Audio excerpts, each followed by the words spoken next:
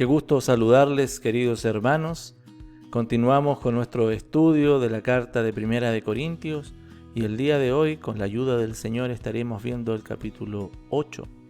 El capítulo 8 abre una puerta hermosa para un tema que es crucial en la vida del creyente, que es la libertad cristiana y los derechos cristianos.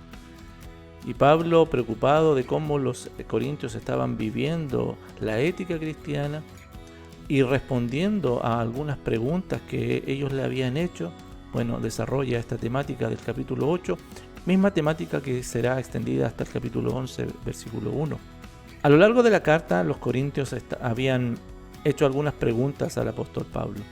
Por eso el capítulo 8, versículo 1 comienza con esto: en cuanto a lo sacrificado a los ídolos. Y en cuanto es porque le preguntaron a él acerca de este tema. De la misma forma ya lo había planteado en el capítulo 7, versículo 25, en cuanto a las vírgenes o en cuanto a las solteras. En el capítulo 12 va a decir en cuanto a los dones espirituales, y así en distintos lugares. Entonces Pablo, a través de esta carta, está respondiendo preguntas que los corintios le habían hecho. Y en cuanto a lo sacrificado a los ídolos, sabemos que todos tenemos el conocimiento. Y el apóstol Pablo va a comenzar este capítulo llevándolo al punto más general, o al principio bíblico más general que él podía compartir con los hermanos de esta iglesia.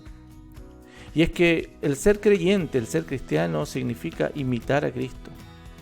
¿Y cómo imitamos a Cristo los creyentes? Primero, en primer lugar, cambiando los privilegios que tenemos por el cuidado de los hermanos. Y en los versículos 1 al 3, Pablo va a estar refiriéndose acerca de esto. Para comprender este primer versículo, ¿verdad?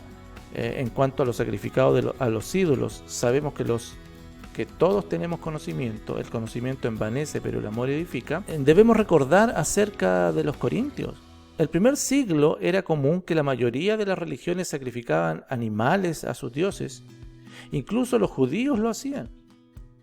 Y la religión pagana en Corinto también incluía sacrificio a esos dioses. Y esos sacrificios, esa carne, era disfrutada también por los adoradores. Y Pablo les dice: sabemos que todos tenemos el conocimiento. El conocimiento es un concepto muy tratado y desarrollado por Pablo en esta carta. El conocimiento es una de las palabras top en medio de esta iglesia de Corintios, porque ellos buscaban el conocimiento. Fuisteis enriquecidos en él, en toda palabra y en toda ciencia, les dijo en el capítulo 1, versículo 5. Incluso Pablo realmente les dice que todos, y se lo reafirma, todos nosotros tenemos conocimiento. Y este conocimiento se refiere al conocimiento profundo de las verdades cristianas, tanto en lo teórico como en lo práctico. Esto no era algo exclusivo de algunas personas, sino que todos lo tenían. Sin embargo, el conocimiento envanece y el amor edifica. Y en este primer versículo, el apóstol lo que hace es un contraste entre el conocimiento y el amor. Los corintios estaban utilizando el conocimiento que habían recibido del Señor para beneficio propio, y el conocimiento lo utilizaban de acuerdo a sus derechos. Y Pablo les deja en claro que el fin de la ética cristiana no es la autojustificación, tampoco la autosuficiencia, sino que el beneficio del otro. Eso es el amor.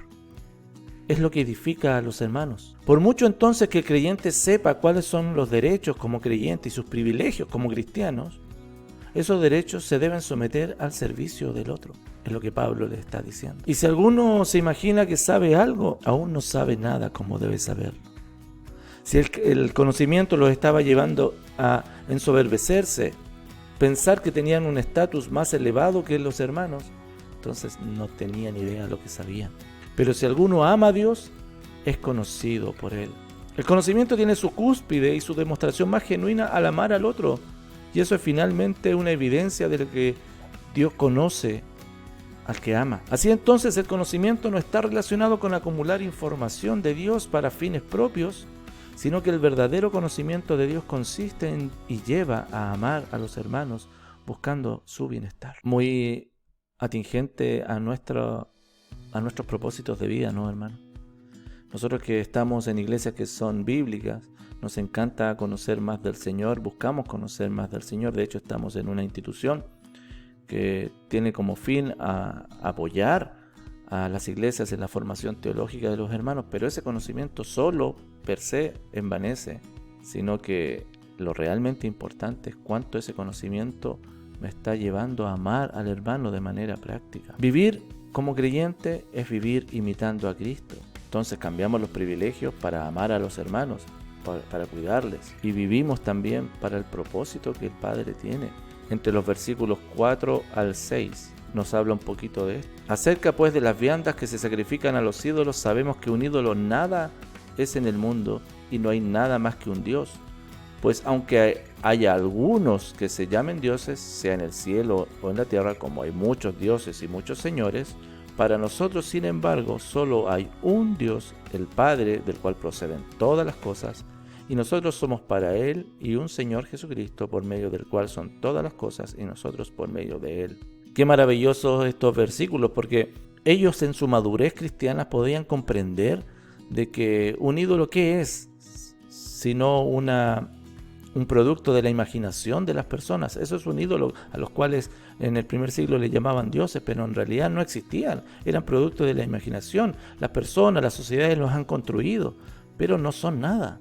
Y en su madurez podrían entender esto. Incluso podemos estar seguros, como dice el versículo 6, que para nosotros hay un solo Dios y Padre, y un Señor Jesucristo. Y este versículo particular, hermano, subráyalo, porque es una doxología en donde el apóstol Pablo lo que está haciendo en este versículo es trasladando a Deuteronomio 6, la Shema, ¿cierto? En donde dice hay un solo Dios, el monoteísmo del judaísmo lo está cristianizando, diciendo tenemos un solo Dios, un solo Señor Jesucristo, de quien proceden todas las cosas. Por medio de Cristo son todas las cosas de Dios, el Padre, proceden, y a través de Cristo todas las cosas son. Qué maravilloso, entonces, como Pablo está exaltando a Jesucristo. Entonces, somos imitadores del Señor, Pablo les dice, porque cambiamos nuestros privilegios por el cuidado de los hermanos, porque vivimos para los propósitos de Dios y no para los que la sociedad nos dice o nos marca. Sin embargo, esto se debe llevar a cabo a través del amor concreto y práctico para con los hermanos. Entre los versículos 7 hasta el final, hasta el 13, Pablo les dice, pero no hay en todos este conocimiento. Esto de que Dios es uno y que no hay nadie más que Dios y que del Padre proceden todas las cosas y que son a través del Hijo, no todos tienen este conocimiento.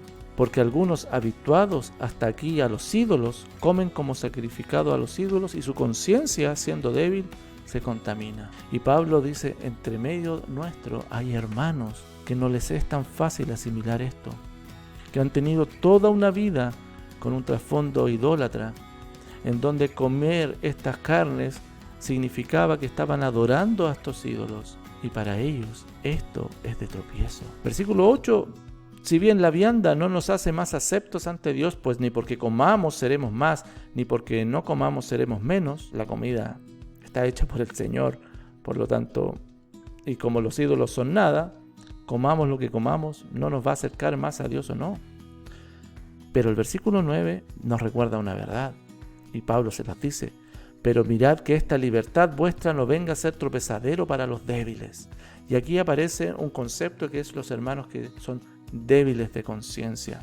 El versículo 10, porque si alguno te ve a ti que tienes conocimiento sentado a la mesa en un lugar de ídolos, la conciencia del que es débil no será estimulada a comer de lo sacrificado a los ídolos. Si para ti, Pablo le escribe a ellos que tienen este conocimiento y esta tranquilidad en conciencia de que un ídolo es nada, por lo tanto comer eso no es nada, y tienes esa libertad de hacerlo, pero si esa libertad llega a ser de tropiezo para otro, cuya conciencia es más débil, y al verte a ti disfrutar de esta libertad, para él le complica en su conciencia, y el versículo 11 le dice, y por el conocimiento tuyo se perderá el hermano débil, porque en Cristo murió. O sea, le va a ser de tal tropiezo que se perderá. Esa palabra es fuerte, se destruirá la fe, apostatará de la fe, renunciará a la fe. al verte a ti. Si pones en riesgo a la fe de algún hermano, el versículo 12 continúa Pablo diciéndole: de esta manera, pecando contra los hermanos e hiriendo su débil conciencia, contra Cristo pecáis. No se trata simplemente de hacer o deshacer porque tengo la libertad cristiana, sino que hago de acuerdo a la voluntad de Dios, considerando a mi hermano como mayor a mí, y que si esto va a afectar a mi hermano, pongo en práctica lo que dice el versículo 13. Por lo cual, si la comida le es a mi hermano ocasión de caer, no comeré carne jamás, para no poner tropiezo a mi hermano. Pablo generaliza con un mandato que es en primera persona, que se incluye él, estableciendo el principio del actuar para los creyentes. Aunque el creyente tenga la libertad para hacer algo, aunque sepa que esto no es pecado, aunque mi adoración a Dios no se vea afectada, si lo que estoy haciendo afecta a mis hermanos estimulándolo a pecar, entonces no lo voy a hacer jamás. El amor es el bienestar por el otro. El amor es el cuidado por un hermano o por una hermana en la fe. Eso es amor. Y el amor determina las acciones cristianas, no nuestra libertad.